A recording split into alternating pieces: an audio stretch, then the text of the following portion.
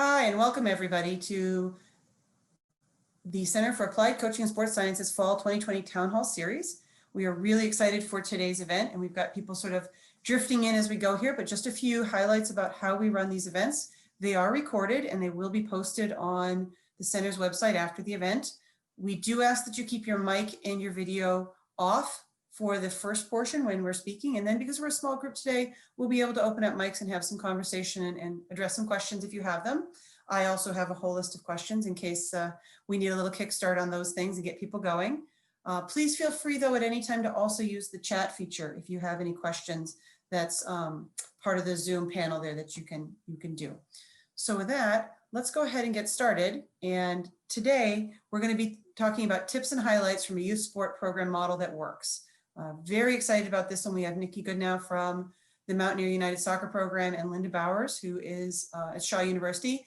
The most exciting part is they're both graduates of the College of Physical Activity and Sports Studies here at West Virginia University, but they're also both doing really amazing things in the youth soccer space around the conversation of how do we do quality youth sport programming that's for the best benefit of our young athletes. And just to give you a little background before we get started and I bring in our speakers today, this program got put together as I recognized and realized what was going on here in town, and was really excited to see some of the things that we in our program talk about quite a bit in our program of study in our undergrad and our master's program, and that we're seeing nationally around the evidence-based best practices that are making youth sport programs really have a positive impact. So to set a little bit of a premise for this conversation today, I wanted to share with everybody this concept of long-term development. And this is a model from the Canadian Sport Association, Sport for Life. It's been revised. So some of you may have seen the long-term athlete development model in the past. They've revised this and are now calling it a long-term development in sport and physical activity model. Came out last fall in 2019. And it really is based on this idea of a quality active start and engagement, fundamentals in learning to train, which we'll be talking about today, highlighting this pre-academy youth sport programming, and then setting people up for wherever they go in the future with their physical activity and sport engagement, being really well prepared, having a really good foundation to continue up the ladder of competition if they have the aptitude, the interest, the opportunity, if other things don't become more shiny and interesting, but also at any point, whether it be immediately or at some point in a competitive phase, they are prepared to continue to be active for life and most importantly, fit for life. And I think that is probably one of the most exciting things I see about this when I look at quality youth sport programming. So while this is the Canadian model, rest assured there are many American models and different versions of this. This is the version from the National Soccer Coaches Association of America, which really lays out some of the very same principles, just in a slightly different graphical way with pictures of soccer players and talking specifically within the sport of soccer. And this can be found easily on the web, and the recording and everything will be available afterwards if you need these resources. But just recognizing that there's a continuum of development going from youth, getting kids moving and involved from even their toddler phases, all the way up through their teen and into their 20s years, for really making sure someone is right age, right stage development, recognizing that kids at different levels and different ages have different physical needs, different social needs, different abilities, different attention spans, and all of these different pieces that put us in a position to really start thinking about how do we layer the learning and layer the opportunities and layer the experiences so that year after year, they are able to develop competency and skills, continue to enjoy it as that enjoyment shifts from giggle, haha, fun of the 3 and 4 year olds to wow, I really feel good about what I'm doing of our older kids and making it fun for everybody. And with that recognition, we're going to be focusing today really about a program that hits on fundamentals and learn to train. I left active start in there because Mountaineer Soccer and most soccer programs do have a good recognition of little kids and little soccer balls, little size 3s, and getting kids moving and active. But the program today is really going to focus on fundamentals and learning to train, and the recognition that this is a really important time for getting those fundamental movement skills and fundamental sport skills. Keep in mind, the original model is from Canada, so they did include the snow and ice, but we're talking about being able to move in all different domains, and soccer really providing a great on the ground piece of that. And then really thinking about in those stages, how are we building in the kicking, the striking, the agility, the balance, the trapping, the throwing, the running mechanics, and all those different things in a way that's age appropriate and that allows the kids to get lots of repetition and fun and engagement. And so the programs we're going to be talking about today and the emphasis we're going to be hitting on is the fundamental stage, highlighted here in yellow, the sort of the U7 to U9 in soccer speak, where we really are interested in base athleticism and fun and participation, helping them understand the basics, the fundamentals of rules, and the ethics and sportsmanship of the game, the attack and defend concepts, and the importance of really just integrating all these pieces of being a little athlete and being a little moving person. Leading into, and again, this is a continuum, talking a little bit about the learn to train, where we've got the kids just a little bit older, but still very much in that early developmental phase of good skill development. And so we're really focusing on skill development. Security of routine and consistency, allowing them to practice and practice over and over again so they can really learn, which is motor learning developmentally appropriate for this age. The development of identity as a person and as a little soccer player, as a little physical active being. And the beginning of, and the ability to really start to understand positions and tactics we see at this age.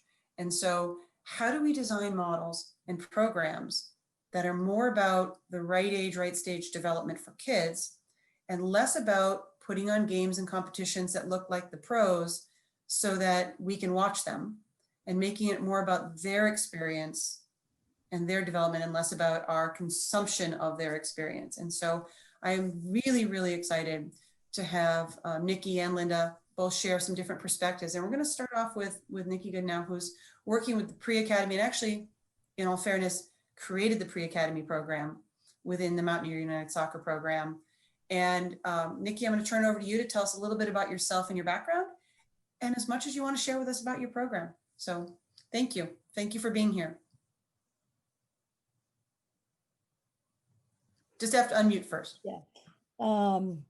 Yeah, well, thank you, Kristen, for having me on. Always excited to kind of get out of the real job and talk about the fun aspects of life in this part of the job. A little bit of my background. I'm a CPAS grad. I played soccer at WVU way back when the program was starting, and somewhat embarrassed to say we're celebrating 25 years this year. So I guess it's been really that long. And then I coached with the program for 9 years, and then started having a family and so forth. My husband was also working in the athletic department, so it made it a challenge with the recruiting and other aspects of the job. So I decided to take a step back from that, and now I have a marketing and branding position at the university.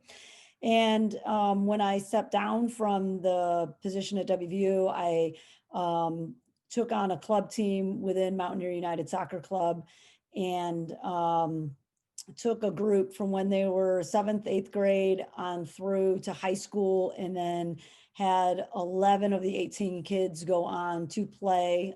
We had 2 play at WVU, and then we had others ranging from other Division I institutions to Division III.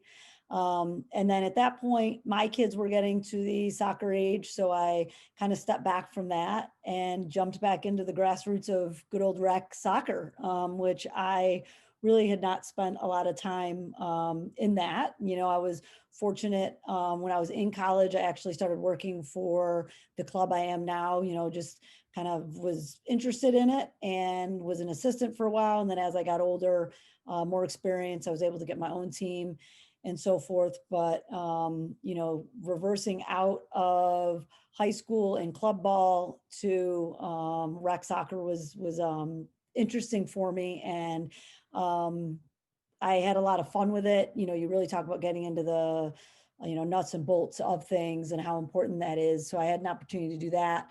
And then as the kids got older and my daughter, she was 7, we were kind of both at the point that we were done with the rec soccer.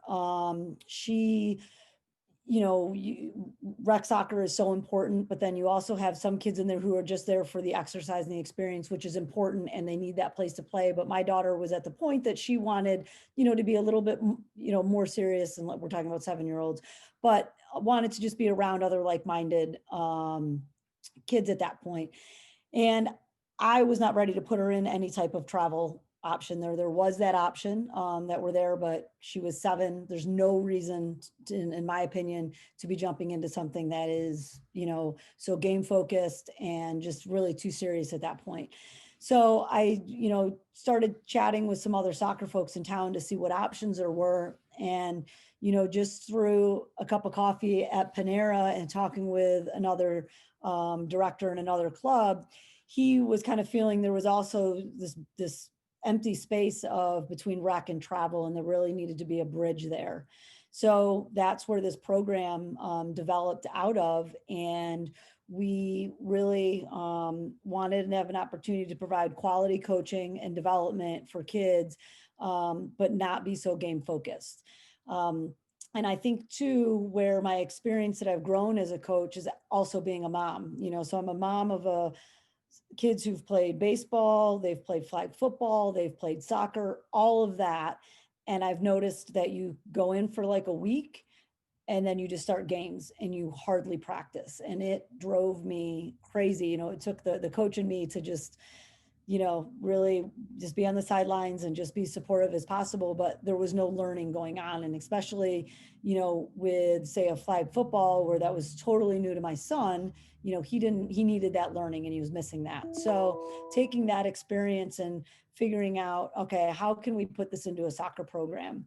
So what our program is 8 weeks. And for the first 4 weeks, and we train twice a week, Tuesdays and Thursdays, and we only train. There's no games at all. Obviously, at the end of a practice, you might scrimmage and so forth, but no true games at the end of, on the weekends or anything. After those 4 weeks, then we have 4 weekends of games. And those games really, they're more of a glorified scrimmage. I mean, they're games, they're either inter squad or occasionally we do bring in other clubs for that. But again, the main part is the development. And the other big piece to this is we do not put age groups on within the program. So we are not playing, games that require USU soccer rosters and player pass cards or any of that. So we're really able to group kids by skill development. So we color code the groups. So it's not like, U6, U8, U10, U12, because if you take a 10-year-old and put them down with the 8-year-olds in a, formal setting like that, then the parents freak out. So we color code the groups. Obviously, after a few weeks, people, see where kids are, but we are able to flex kids up and down into different groups based on their skill ability with that. So as the season develops, we will bring in, maybe for a last weekend of games, we'll bring some kids up. And we've started to do that this season with the program as well. So I'm happy that we have that flexibility within the program to really move kids with it. And the other piece is the coaching. So all of our coaches are true soccer coaches. With the rec program, again, rec is so important and you need those volunteers, those programs. Kids will not have the opportunity to play if you don't have those parent volunteers. But and thankfully we have those volunteers. However, they don't know the game. I also think a problem is that we're not educating those coaches, but that's a conversation for another day enough. But so with our program, parents know that if you're coming, that you're going to have a real coach and they're going to be really trained up within that. So word, I guess, kind of spread. And the idea of the program, we were looking for about 8 to 10, 11, 12-year-olds. Well, we've ended up with this 5 and 6-year-old group because I think those parents either had older siblings in our program or just were a little discouraged in some other settings. So they have brought in some kids, but how awesome now that we have these 5 and 6-year-olds who are really just getting taught the fundamentals from the get-go and in a fun environment. And the coach we have with them is fantastic. And it's just been, great to watch them progress through the program, because now we're really in our 3rd season of it. So we have some kids now that have really aged out of our program and have gone into the travel portion of it. Because that's really the idea, that if you're coming to us, there's some desire there to carry on with it to the next level. Nikki, I was wondering if you could speak a little bit too as well. You've made some decisions. The kids all get silver and gold kits. Right. how you manage the parents at the events and stuff. Yeah, so we, you know, it's just a kind of an extra piece with the program. The kids all have 2 uniforms, like a silver and a gold. And Tuesday is silver day, gold is, you know, or Thursdays they wear their gold. So it's kind of a couple purposes with that. One, the anal part of me is I love kids to be, you know, have that uniform. It also helps with, you know, especially in a COVID time, of pennies. So you're not having to put multiple pennies on kids and you can keep them the same in uniform. It also allows us on the weekends that if we're moving kids between groups, like everyone has silver. So if you move from one group to another, it makes it easy, as opposed to each individual team with their own color. Then it's like, hey, do you want to move up with this group? But then you've got to find them a uniform and so forth. And the kids love it. You know, it's just an extra piece that really makes them feel a little bit more accountable to our group. And Next, you know, we're going to excited. edit this photo inside the content creation tool. Sorry, what happened? Your job got the better of you. Sorry about that. Was that, I don't know if that Right. was my computer that.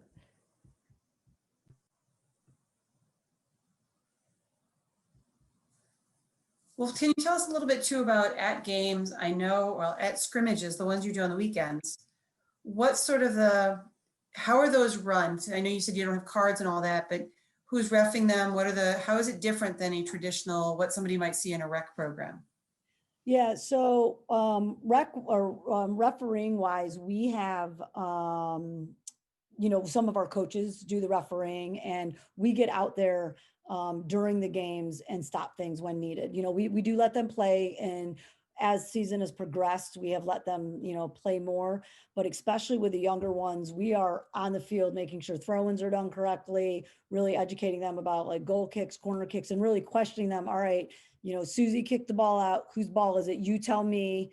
How does the ball get back in play? And really putting it on them to think about it and know where the game is. And with our older kids, with shape and tactics and so forth, you know, we have stopped things. And I don't know how educated everyone is about soccer, but if you take, say, the corner kick, you know, there's, you know, a lot of intricacies to that. And you could spend a lot of time in training going over a corner kick. But at this age, it's more important that we're taking the bulk of that time and going over skill and development. So, you know, some of that corner kick or goal kicks, you know, kind of go by the wayside. But then in a game setting, we can say, okay, we're going to put your bodies in the place of where they need to be and really show that.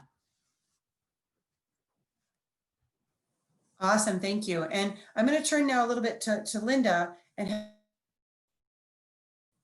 have Lynda share with us, and then we'll come back and have a bit of a conversation among the three of us and bring in some questions from the audience. So thank you again for sharing all of this. I'm so excited about your program, and I can attest to the fact that those gold and silver kits, my son's over the moon when he gets to wear his gold kit. That's his favorite.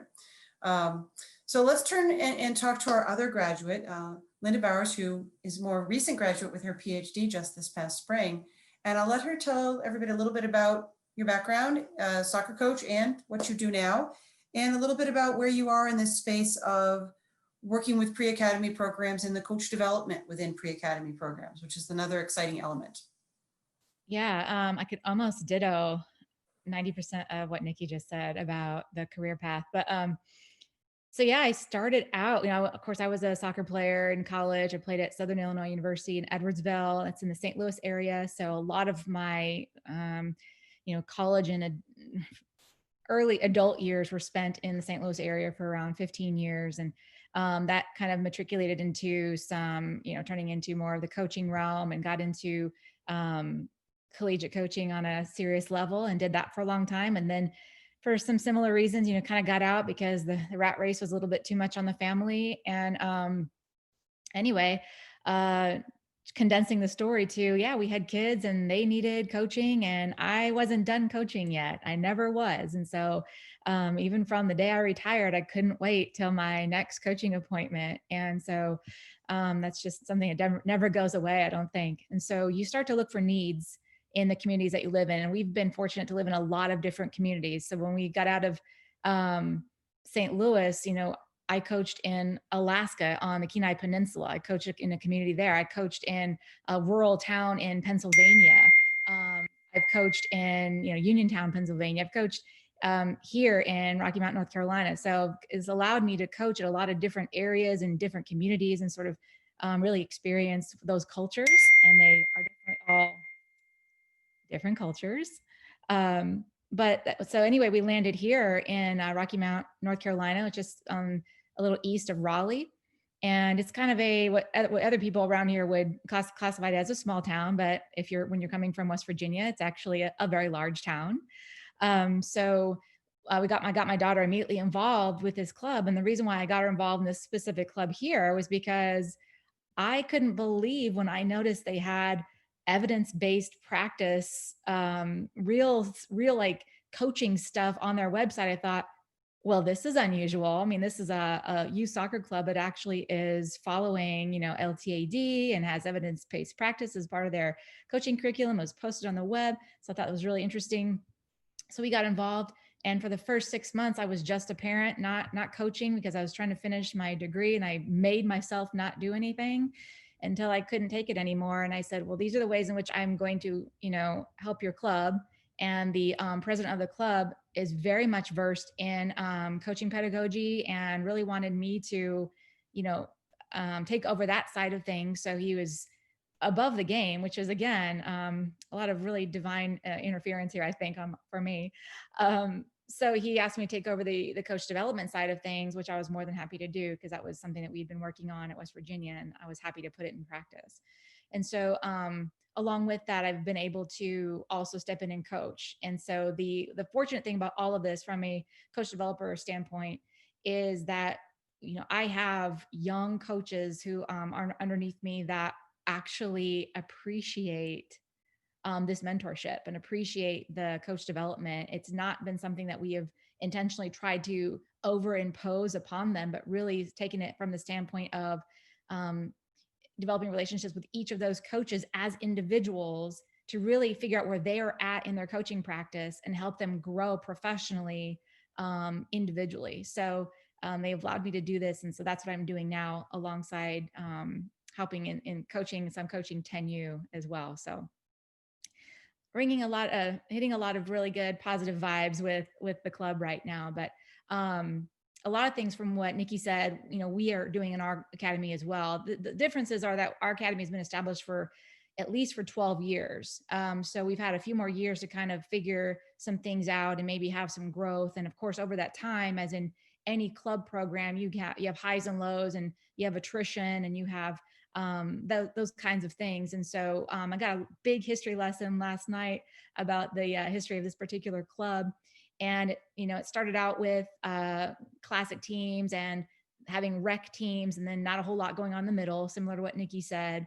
And so we've started to establish there being a need, because if you go straight from rec to playing classic, you're now going from where everybody plays and you're coached by mom and dad to entering into a realm where you're being selected and some are not selected, or you're going to be sitting the bench for part of it if you haven't really been able to, maybe you haven't, maybe you're not ready yet to get the game time that the coach thinks that you need to get, or, because they're trying to win. So the model of winning really can stunt the development of the athletes. And it's really unfair, especially as our younger athletes, because as you know, and I heard something really interesting by Malcolm Gladwell the other day, and you probably heard his youth hockey scenario where he says, if you look at all the youth elite hockey players in Canada, they're all been born in January, February, and March, because they've somehow had this self-fulfilling prophecy where when they were young, they were bigger and older, and therefore oftentimes labeled as better or more athletic. And so they got selected all the time over the other players. And so by the time they got to be, high school age, they were still being selected for these more elite teams, because they've just sort of were able to grow into this label.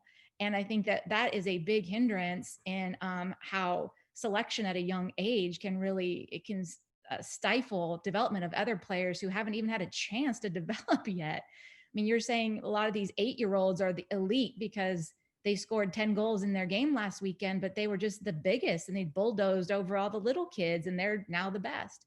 And so I think there was a recognition that, just because you're bigger or more athletic at age 8 or 9 certainly doesn't always, equate to the most elite or talented player at age 13. And so that's what Academy is really meant to do. It's meant to provide that developmental piece where everybody we cut nobody. Everyone makes Academy. We take everybody. We are from 8U to 12U. We, again, like Nikki, we have all licensed coaches or those that are on a coaching licensure track. So we don't say, 8U needs a parent coach and 12U needs a licensed coach. No, everybody is a qualified coach under supervision of a coach developer. And so we don't cut anybody. And we play a lot of you have those modifications that are recommended by USYSA with small-sided games so that everybody gets touches. Nobody is labeled as a striker or a defender. Everybody plays every position. Everybody gets, for the most part, gets a shot to play goalie unless there's some kind of medical reason why they shouldn't. So everybody, there's no scoring. We don't keep score. In other words, there's no advancement for the team that wins. So us as coaches, I never even keep score. Of course, the players and the parents do, but as coaches, I don't know what the score is. I don't really care. It has nothing to do with any decisions we're going to be making in terms of substitutions or who gets to play how much time. Some of the differences that we might have versus what Nikki has explained is we actually do have our Academy events, similar schedule in terms of the playing season in the fall and in the spring. And then we do kind of like a winter session with like futsal, but we do Academy events, and there's between every weekend or maybe every other weekend, we have an Academy event where we're going somewhere to play or we're hosting an event. And the farthest away that we drive is 1 hour. So you don't have to worry about, these long travel trips or anything like that. We are fortunate enough to be in Eastern North Carolina where you have enough clubs who have all adopted the Academy model where you can play against other clubs. And the other thing that we try to do is we do designate by age group, but there's tons of flexibility. So like my kid who's 9, she can go play up at 12U if she wants. Maybe somebody from 12U can play down if we need a player. We can play co-ed if we want. There's a lot of flexibility in the Academy style during the games as well. And the referees tend to do coaches do a lot of the correcting when needed, but the referees are also kind of adopted the philosophy of, if that was a poor throw in, go ahead and do another one. They are continuing to help with teaching the game. And I think that's an important piece too.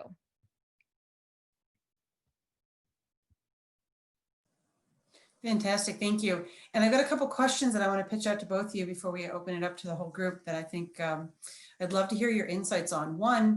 The first one, you're both coming from having quite extensive background in the collegiate system and working up at the upper levels of the game. And thinking a little bit about your experience there and kids that when you were coaching, would have come through the more classic soccer model.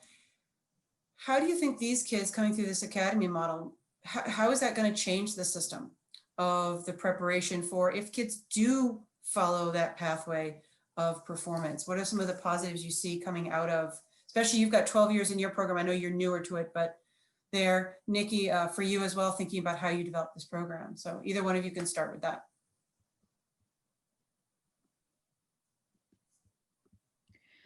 Well, I do think that one of the benefits of the Academy is that we are following this healthier age and stage kind of model, which should allow for players to ward off burnout. We aren't getting them so, into the soccer, what I would call the hornet's nest right away, where they're having to perform in an age in which they're not really ready for that. I mean, my kid who's for her age is doing pretty good on the field. She still likes to play with baby dolls. I mean, and I want to encourage that. So I think because we try to kind of keep it real, try to keep it, player centered and not so coach centered or parent centered, I think that you're going to end up seeing players who enjoy the game longer, are willing to keep going and have a love for the game, and also to encourage players that, you know what, you don't have to play Division I in order to be considered a success. I mean, if you want to play college soccer somewhere, you can find a space to play. And so I think that that's an important place too, or piece too, is that throughout this development, you can, these kids can continue to grow and enjoy the game, and then even continue to play later on somewhere else at a higher level, if they choose to. And so it doesn't have to be, I'm the best or nothing. And I think that's a really important message to send to the kids, is there is a bit of genetics that are sometimes involved with how elite we can get.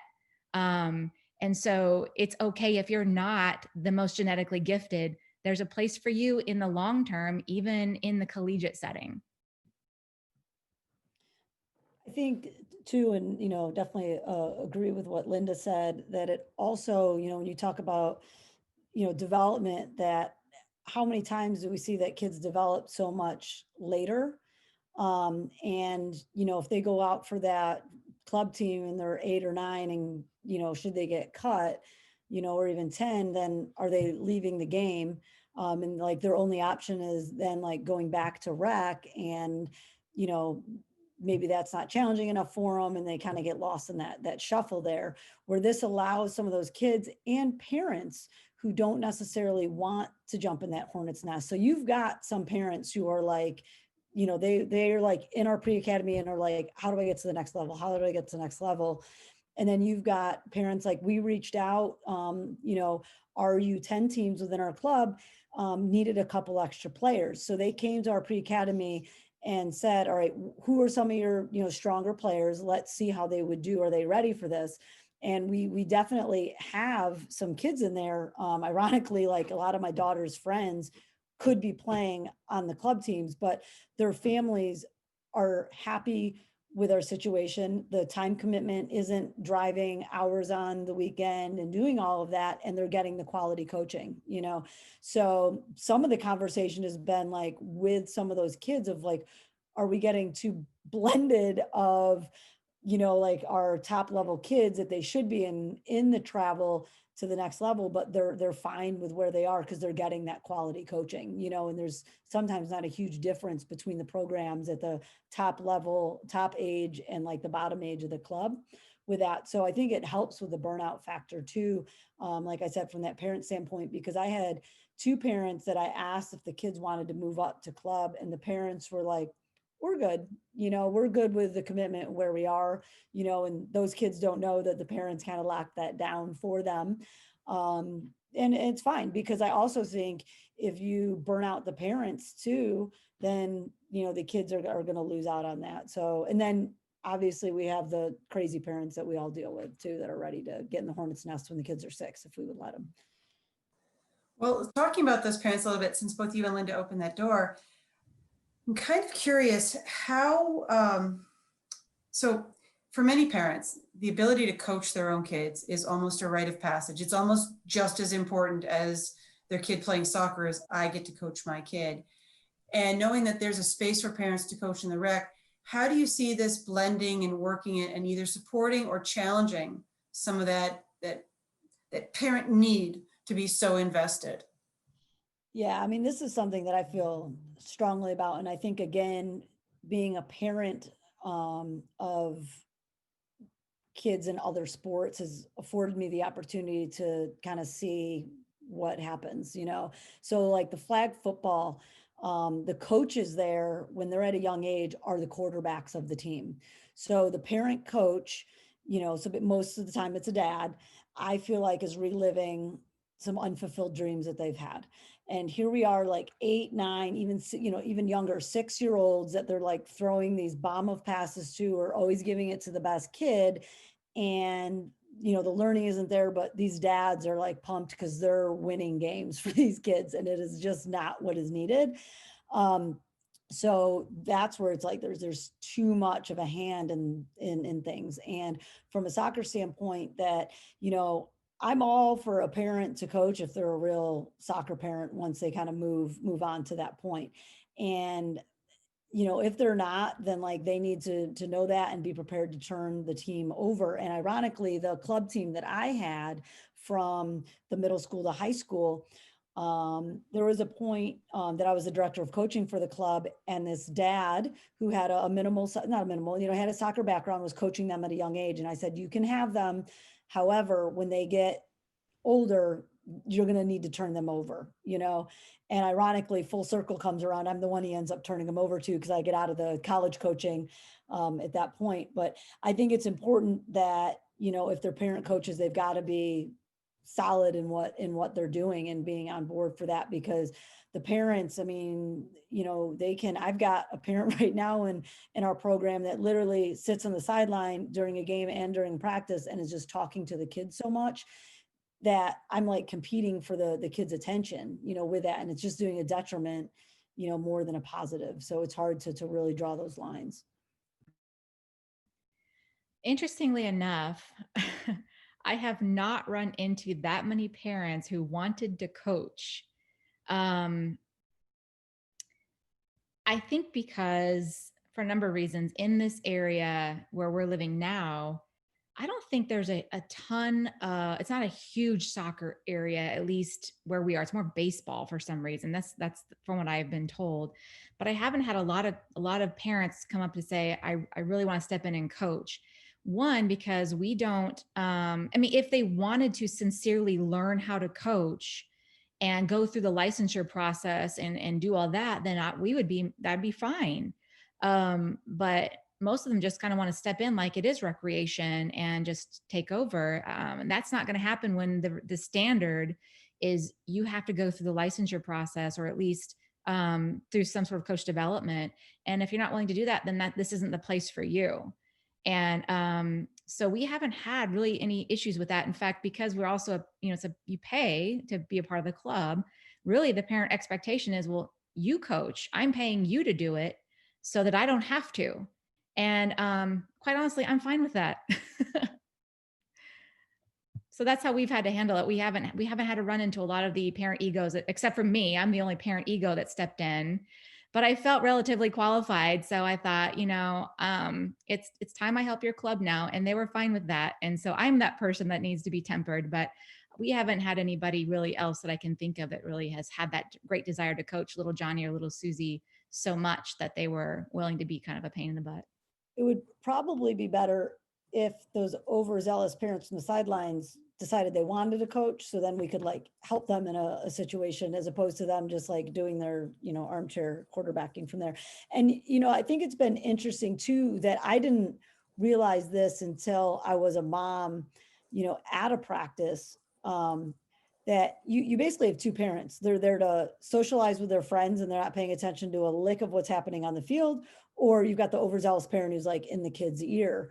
I was so hyper focused when I was like, especially a younger coach, and my degree was in physical education, teaching education, like so worried about like what the parent viewpoint of all of that was, and thinking they're like totally hounding and watching, and then you realize they're not even paying attention, you know, and it's not as much about, you know, about that with it, but you know. Well, one thing that we've sort of benefited from, and I hate to say benefit and COVID in the same sentence, but when COVID came around and we started to implement certain safety protocols, we fortunately have a fenced in field where we can separate parents so parents are not allowed inside the playing area. That's how they've directed us. And they weren't really a problem before. I mean, it's like what Nikki said, some of them are just like there to socialize, and that's fine too. I mean, they need some relief time too. But we've sort of been, just by nature of safety protocol, parents are completely separated from what's going on the field. And our training sessions are completely on the other side of the fence. So they can't even if they yelled and screamed, they wouldn't be able to reach their kids' ears. So maybe one benefit. That's in the dream of like, you win them, you know, you get $1 million, you're going to develop a soccer complex. Well, there's going to be like that. You're going to set it up so there's a fence, and then the field is way far away from the parents. Called the dog pound. Every field needs one. Put the parents on the observation deck so they can see everything, but be out of the way. Yes. As someone who coaches youth hockey, that's a huge benefit if we've got a arena around the edges works very well. Well, I'd like to turn it to the audience, and I know we've got a small group today. Please feel free in that instance to turn your mic on and your camera on if you'd like to ask a question, or if you'd like to type it into the chat. I'll give you guys a moment to see what might have sparked your interest or raised a question in your mind.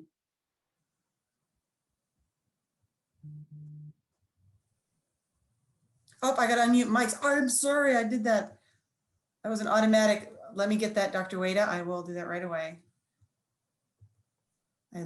I said you guys could all speak, but then I didn't let you. There you go. Now you can. Thanks, Kristen. My question is, I know soccer tends to be more progressive compared to a lot of sports in the US. And there's the tactical games or games approach model that comes out of Europe.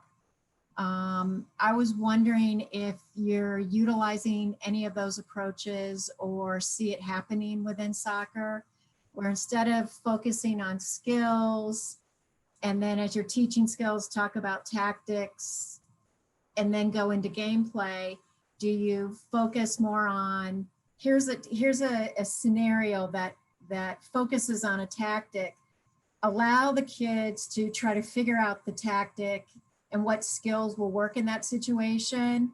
And then it allows you to then work on skills, but you're forcing the kids to utilize more critical thinking and figuring out what skills will work in those situations. So it's the reverse. And you might modify the game or the rules or things to really emphasize that tactic, like maintaining possession or something, where you create rules that you have to be so far away before you pass or different things. I was just wondering if that was occurring in your respective programs, or if you've seen it occurring, if that model is coming into the US and the way we're practicing. Yeah, I know I can speak to that. It's definitely part of our model. And so US Soccer has come out with, play, practice, play model, as they've pretty much adopted that. And they do it a lot through their coaching education. And if, you speak like, if you use like, PE speech, you would do like whole part whole. It's almost the exact same thing in my mind. So the model that our coaches are using is, first thing the kids do is they step into a game. And so it's a 3v3, 4v4, and they just play. And the coaches are meant at that point in time, sometimes I go play with them because I can't help myself. I just have to. Or if it's even numbers, I'll just, step out and just be the cheerleader. But you just let them play for a bit. And then in your mind, of course, you have things prepared. Today, we're going to be working on something like this. Last week, we were working on how do we find our way through? How do we find a through pass? Or how do we create space to make a through pass? So it's things like that. So then after they play for a bit, then we move into that, that what we call maybe the meat of the session, which is, this is our tactical skill for today. And then we work on that tactical skill. Then we add it back into some kind of a game.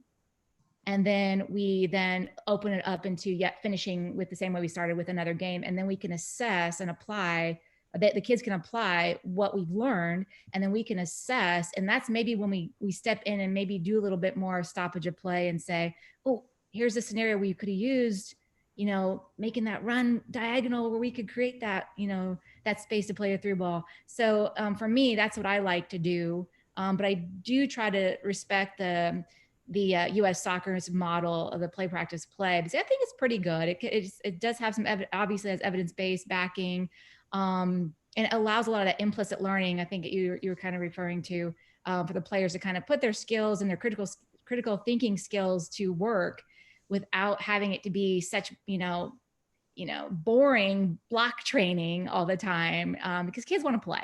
So we try to respect that.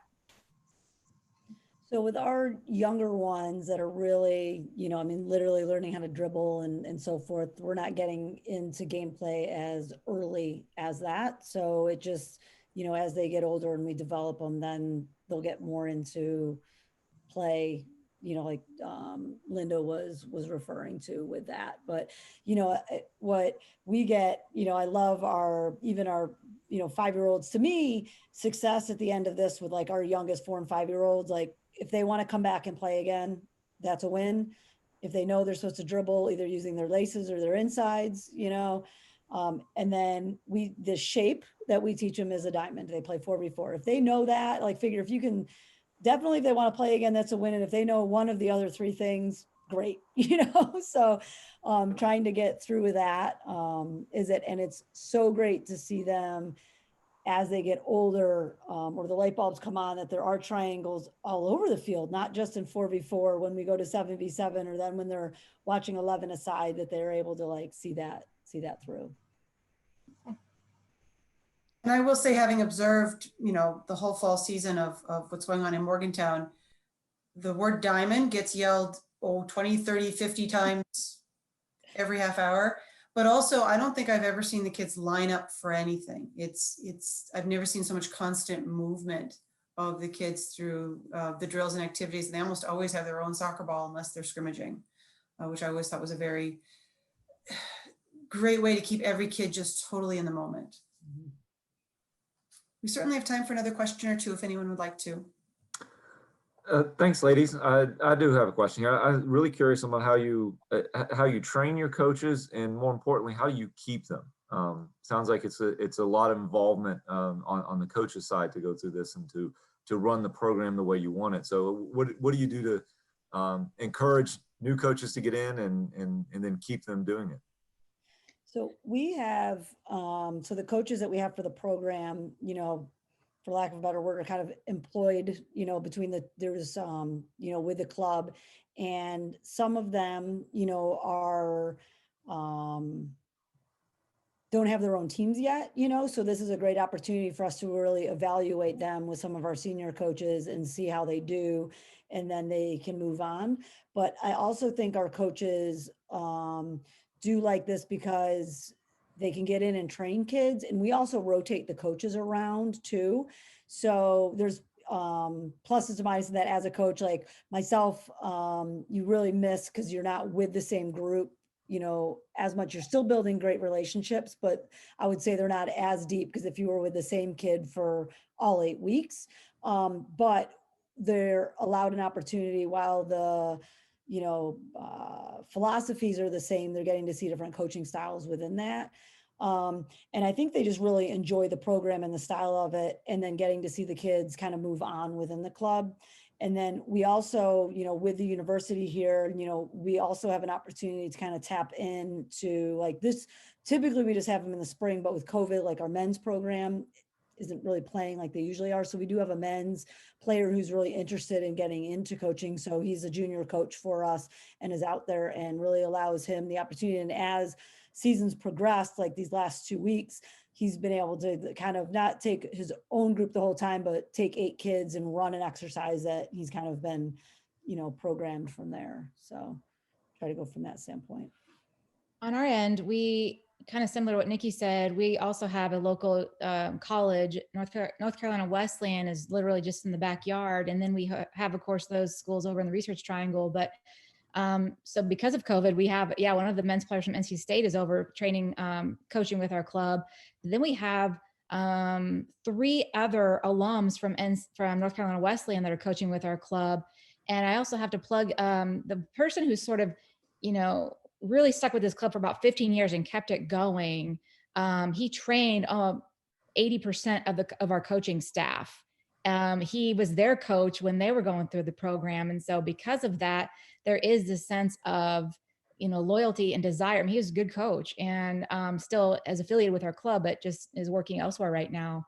And so some of that was just like in-house training. And I think that that's something that I think is a benefit of the academy style is, and he has attributed that those coaches coming back to the academy style, just spending so much time in development. You don't have all that great pressure on the players.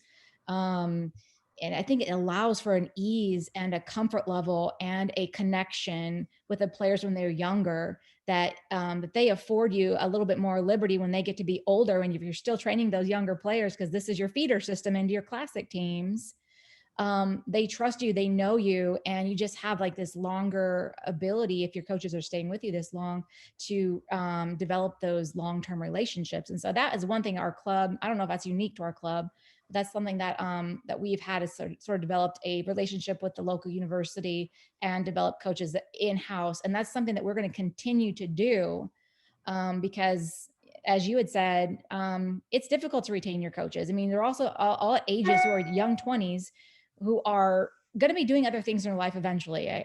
We all have to, I mean, they're not going to probably stay doing the same thing that they're doing today. Is that what they want to do in 5 years from now? And that's fine.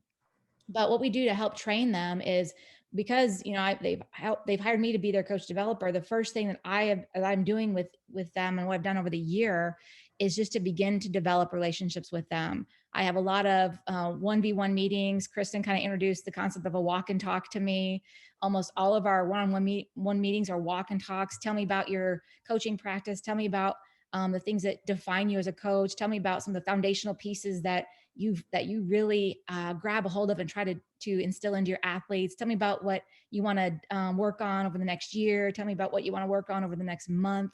So we spend a lot of time just getting to know each other and for me, getting to know what their objectives are as coaches.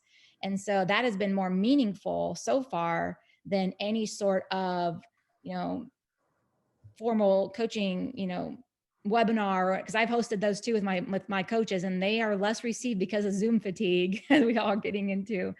And so I've been just pretty much predominantly one-on-one mentoring, and I'll come visit their session and I'll say, hey, I'm going to come watch you today, and no pressure. I'm just going to kind of chill, and we'll have a quick chat later, or maybe I'll call you later or something. And it's just an informal process that has been really valuable, I think, to our coaching staff.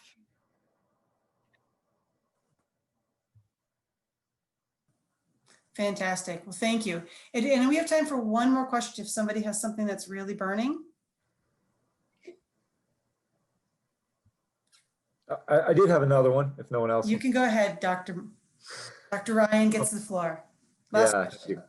Last question then. How would you take this model and sell it to other sports?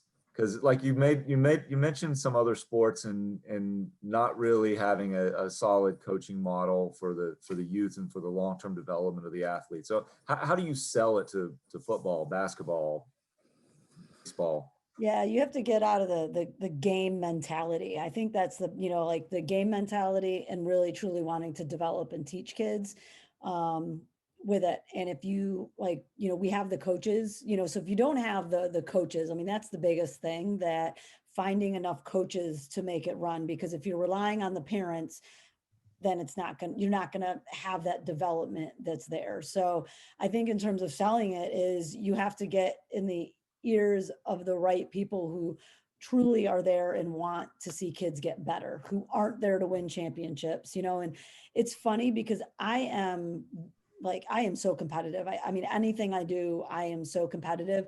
And my friends who have watched me coach and watched me coach their little girls in rec soccer, like I blew their mind away because I was so focused on them getting better and not focused on the score.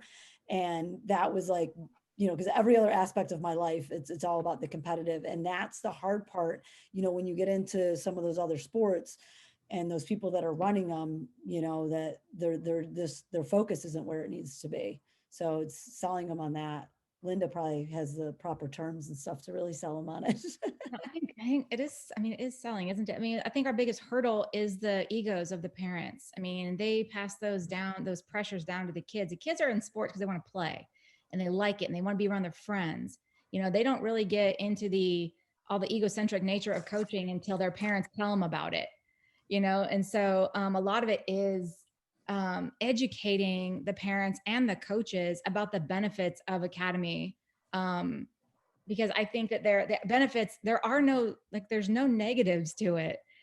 It's a couple of things we didn't mention. Academy style, at least in Eastern North Carolina, they play more games than classic teams do. Like because we play festivals, we get a lot more minutes of game time. And that's a lot of implicit learning in a positive environment for kids to really elevate their skill development and their other aspects too. And I want to share a quick story after I finish this one thought, because I got too many thoughts buzzing. But there's more cons than negatives. I don't see any negatives. So they get more games. It's cheaper because they don't have to travel as much. Paying referees is half as much money. You know, a number of different things. You don't have the pressure as a player to think that you're not good enough to play. Everyone plays. The coaches don't have to have the pressure of substitutions because they don't have to win. Like, they just have to develop. So it's not like, oh, do I really need to put in little Missy over there just because I know her parents really want her to get in the game today? You don't worry about it because everyone's going to play. So from a coaching standpoint, I mean, the pressure just like completely is alleviated. And that was the biggest thing for me as a coach, of that fine line between, do I want to win or do I want to play everybody? And that goes away completely. So there's just mere benefit. And I was having this conversation with my husband, who is still needing a lot of convincing over the academy model, surprisingly. But he had said something about, our daughter really needs to play up and play in better competition and blah, blah, blah. And I was trying to educate him. And I said, you know what? She is being developed because she is one of the, more talented players in her age group. I said, she is being developed on more than just her skill. She can now be developed as a leader, as somebody who can be an encourager, as somebody who can start to organize on the field. And those are not things that she could be developing if she's playing at a higher level, at a 12U or upper age level that she's not technically supposed to be playing at based on her age. So we need to start kind of shifting our focus to areas in which kids can develop beyond just their soccer skill.